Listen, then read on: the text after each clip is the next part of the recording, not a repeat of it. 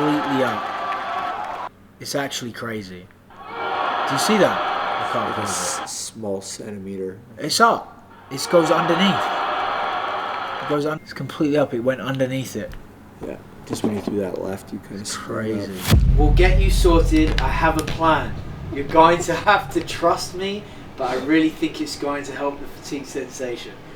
This is what every health professional says that abuse you. Trust me.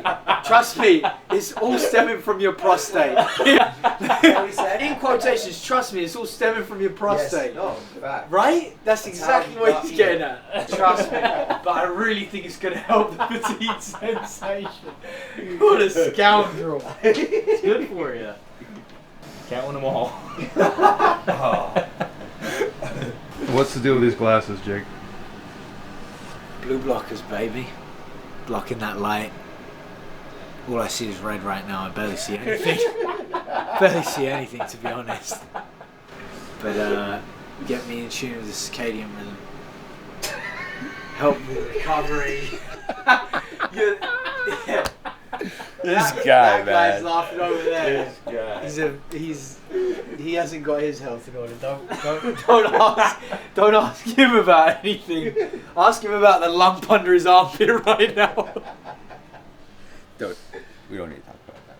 I can't see anything. I can't even plug the thing in. Why do you send me? How Is could it you not a possibly different be plug? looking at memes with those on at 11 p.m. at night when you barely send? see them.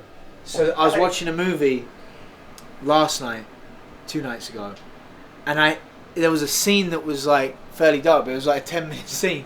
I had to do this a couple times to check where they were in the room. I couldn't see anything. He's using his flashlight. Yeah, I am. His blue flashlight. That's not the right size. Plug it out. It's just above the bed.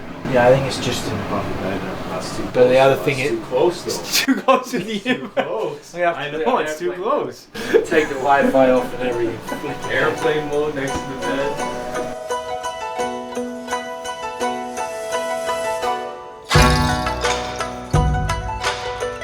Alright folks, we're about to do the first weight check, just to make sure we're on track, hydration test to make sure we're on track.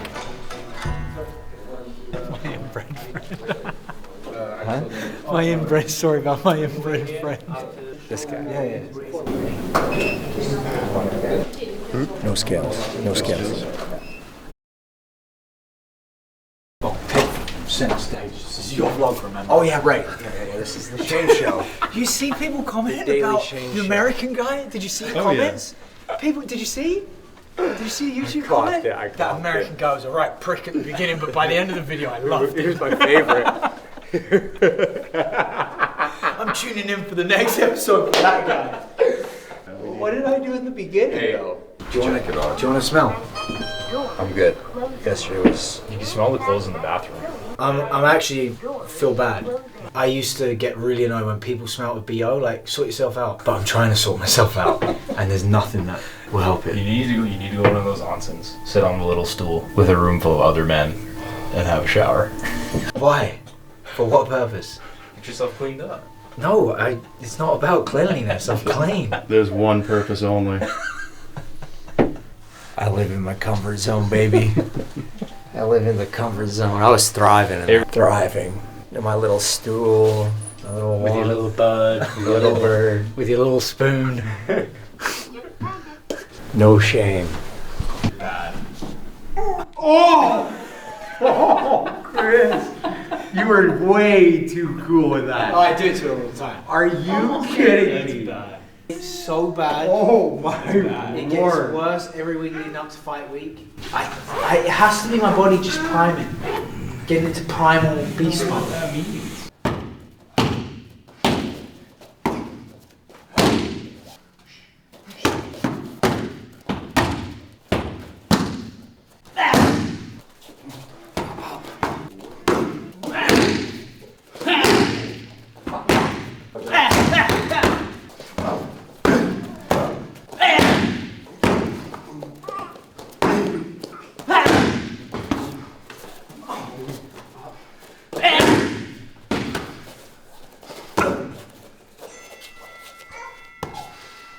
Too sharp. Too dynamic. Man, he got a lot of tools.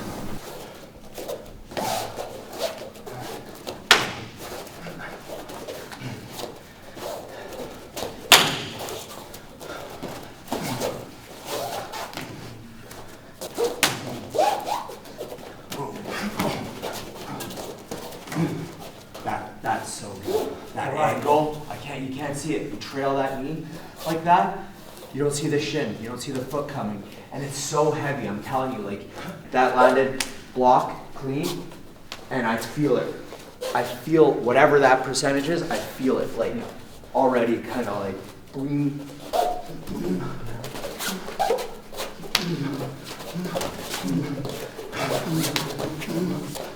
oh, you good? I'm good.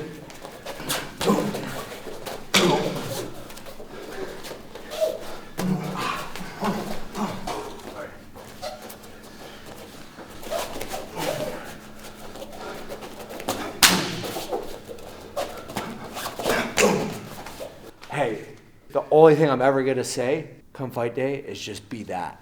Be that. You know, I try to come in with like more pressure and you boom, boom, boom, and then I come back out and then you're boom, you know, like just be that. Find that exact flow state. Yeah. It's annoying. Beyond annoying, it's just painful, and that's not putting umph on anything. It will absolutely ruin his rhythm of even coming in. You won't know when to come in. Rhythm before he gets his rhythm. That's it. Like, keep that rhythm. My son, 18 years old, is just getting to Japan in 4 hours. Oh, nice. He's a huge, huge fan of yours. So I hope that we'll see you in the Oh, press definitely, conference. Definitely. Best of luck. Nice one. So Thank you inspiring. very Thank you, much. thank you. Yeah, he paid for Petra's Superlek's drinking habit. In Vancouver. No, in Calgary, they came in. Superlek Petch had a seminar, and I'm sleeping, and Jake calls me up. He's like, "Yo," he's like, "Guess where I'm at? With Superlek Petch. We're going for Korean barbecue. Sick. Bet I'll be there." So I rip down, and Jay Lee just says, "Guys, I'll handle the ordering." So all I'm seeing is food coming out and pitchers of beer. Pitchers. And Petch and Superlek are just crushing the pitches. Crushing them.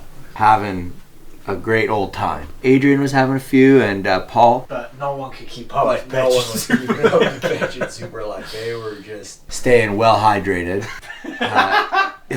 And so we're, it's time to pay up, and I'm kind of running the tally in my head of like what I think the meal is. So there's like 9 of us there. I'm like, no problem. I got this one. I've never been so shocked in my life. Yeah, miscalculated. You know, I have a good read on restaurants. So I'm like, it's probably like 600, 700, right? No, I get the bill, $12.80. And Calgary, right? That's no tip. That's no, yeah. So I go, oh, Jay Lee. He goes, oh. Jay Lee sees a glimpse of it. He's like, ooh.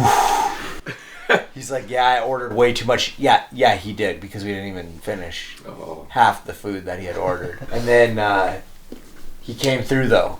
I woke up the next morning and Jay Lee sent me a e-transfer. I was like, yo, sick. Came through. But yeah, I think it wasn't the food that cost a lot. I think it was the pitchers of beer. How many pitches do you think? I think like maybe 8 or 9. No, That's a really? hockey team. No. Jeez. 8 or 9 pitches? There's no way. Between That's 3.5 pints per. Yeah. So that makes a whole lot of sense. how many guys are drinking? 4. But 2 were really going for it. The other 2 were there. Maybe then. 2 of them were proving a point. At the end, were they 2 of them were sprinting? 2 of them were competing. True athletes? Which two were the? I will it remains You know, up to your guesses. Your guess. But I was just I was really amazed. Like, this is the best in the world. I'm doing it all wrong. Jake, you're doing it all wrong. Both of them are the best. 2 are the best. Petch is like pound for pound best kickboxer. Superlek's pound for pound best Muay Thai athlete. Like, it's just mental. Here's me flipping waking up at flipping the sun rising, staring at the sun, putting my bloody glasses on at bedtime. Strength and conditioning, training 6 days a week. Focusing on my sleep and nutrition. Don't touch a beer 3 months out from a fight. And then Petch and Superlek are drinking on fight week.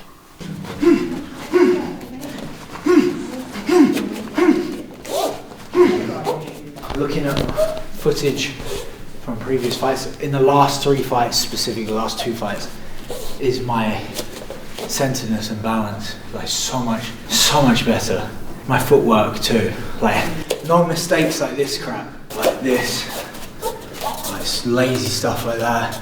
Like always, like I'm boxing here, I'm like centered and not. I used to do this a lot, reach, overextend, that kind of thing. Major difference in when I watch footage. Good.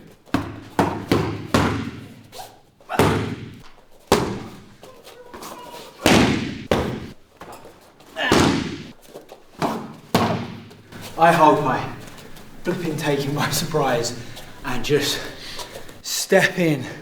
They all run away from him. This is what Chain was saying. They're all too like afraid. I don't think he's gonna expect me to step in and want to scrap. Right? For sure they think you're going to be at legs distance. Moving around. So you're going to think you're using your legs. And I'll move around if I want to move around. If you want to. But if I want to step in and shock you, no, it works for a round. And then you get him angry, and then Big Wang says, go after them, and then he just flipping walks at you. I'm ready. If he walks at me, I'm going to have to be ready with... I am ready with something just horrible. Lion and tiger. Lion beats tiger every day. Would you say? No, shoot! I'm a lion! I'm a lion, what do you mean? Tigers are top dogs. Are they? By how many pounds? Like how many? Hey, grizzly bear. Be a grizzly bear. Yee. But I've always been the lion. Shoot! I should have thought that one through. Hey, he's those drugged up sissy ones from Thailand. You're a Thailand, caged, they put them on the drugs, people come pet them, I'm a feral. You're the lion, Siberian. Like a Bengal. No, I'm still a lion. I'm still a lion. Right. Stay the lion. I'm still a lion. Oh, still alive. But I'm a wild lion. Look at that. A viral photo of the legendary lion Scarface is making waves online with claims that experts had defeated over 130 rivals, male lions during his lifetime. There we go. That's me. That's you. Let's go, Scarface. That's way deadlier than a tiger.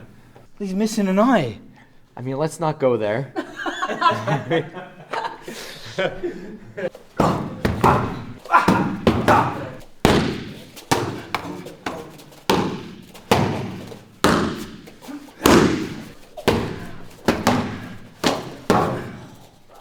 My legs are getting up good to the head too. How are you feeling? I feel great, yeah. Better after sleeping last night. Even Shane said the downtime I had in the bath was great. Yeah. Just me and Chris in the bath and then... Not me, Chris, you. I know. He knows. I know. I was there. Oh, he can be vile. He can be vile. I can be foul. He's in the bath saying, I'm like, hey, this is pretty deep. There's enough room for two. Oh, wait. Oh. You good? I thought you held the pad there.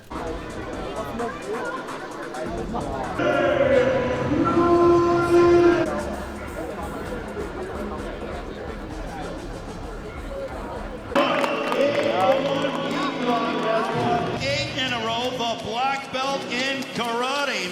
He is also the Road to One Canada winner, seeking to make it 9 straight W's. Believes that a win tomorrow night can get him into the top 5 contender rankings.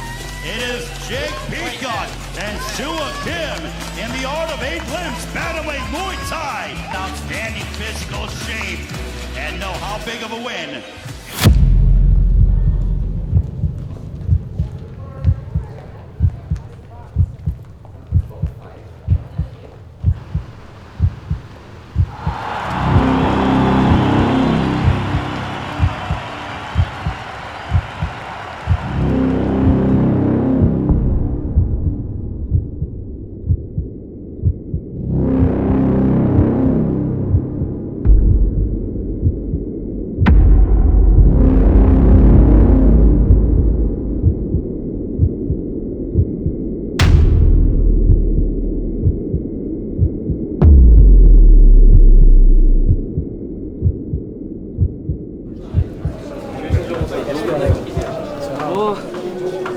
Cover up that good hairline.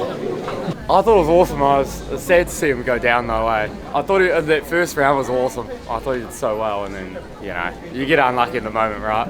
So. Nice one, brother. Let's go. Yeah. Do you remember we went Team 2 once? You know Team 2 in London? It's a North London gym in Holborn. You sparred there once. Yeah. We sparred. You cooked me. Did we? Yes. Yeah. You cooked me differently. Did we? You know Team 2? Do you know Team 2? Yeah. Philip. Federico. Yeah, Philip too. Yeah, nice one, you cooked me. My guy. Nice one, bro. ありがとうございます。ありがとう。かっこいいかっこいい。Next week. Next week. ありがとうございます。 All good. Thank you. Thank you. One eternity later. Look at that. My arm's completely up. It's actually crazy. Do you see that? I can't believe it. Small centimeter. It's up. It goes underneath. It's completely up. It went underneath it. Yeah. Just when you threw that left, you kind of Crazy. On to the next, baby. Woo! After watching the fight back a few times, is there anything that you would change about that fight? Well, I'd always change stuff about fights. I'm happy the way it went as far as game plan. So like first round, picking apart, moving, lots of variety in weapons. Second part, I'm happy I wanted to go there and meet him in the middle and show him can't be bullied like that, like he does to everyone else. And Suakim, and did it successfully. And then in the third round, I would have been less flat-footed. There's some technical things that I won't get into that I will adjust. There's some detailed technical stuff that I will address for sure. Always, every fight, win, lose, doesn't matter. Actually, this fight is like perfect because, and not from the knockout, the knockdown, the punch that gave me an 8 count. Other than a slight technical thing with, maybe not fainting before I threw my left straight. There's nothing really wrong with the picture of it. My right arm's up exactly where it should be. My feet were planted. I'd thrown a left straight and he just timed a perfect left hook and it just come under my arm. So the areas for development and improvement aren't necessarily from the knockdown punch. Like a lot of times, like what went wrong in the fight is I was stood square or I was gassed and my arms were down or something, or it's more the first 2 rounds. Even the first round, I won the first round, I would say, but there's things in there that I could be far more efficient with. In the second round, close round, Shane thinks I took the round. I think I definitely did more damage in the second round on Suakim. So let's just say I won the second round. In that round, there's so many technical things I can adjust, and I will adjust that will change things for me for sure. What's the mindset from here? Oh, straight back to it. Like I said, I know real specific things that I need to address, and they're like really easy concepts to wrap my head around. And I was thinking last night in bed, like I have a really clear understanding of exactly what I need to work on, and I've already pictured what the next 4 or 5 months till my next fight, what that's going to look like training, what that's going to look like sparring. I have a really good understanding of how I need to improve in these areas. I think if I improve in those areas, when I improve in those areas, it'll be really significant for me, I think.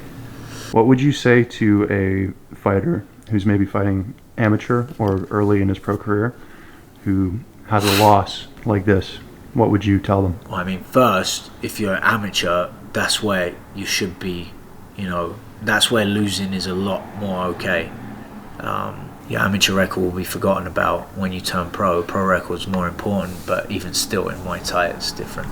Whether you're amateur or pro, if you don't learn from losses, then you'll never improve. I mean, if you don't learn from wins, if you're knocking people out in the first round, if you're not taking things away from that, KO victory in 30 seconds in areas that you need to work on, then you'll only be so good and it will only last so long. I think you need to break down every fight win, lose, draw, whatever it is, and you should be like going back to the drawing board every time. I'll add to that.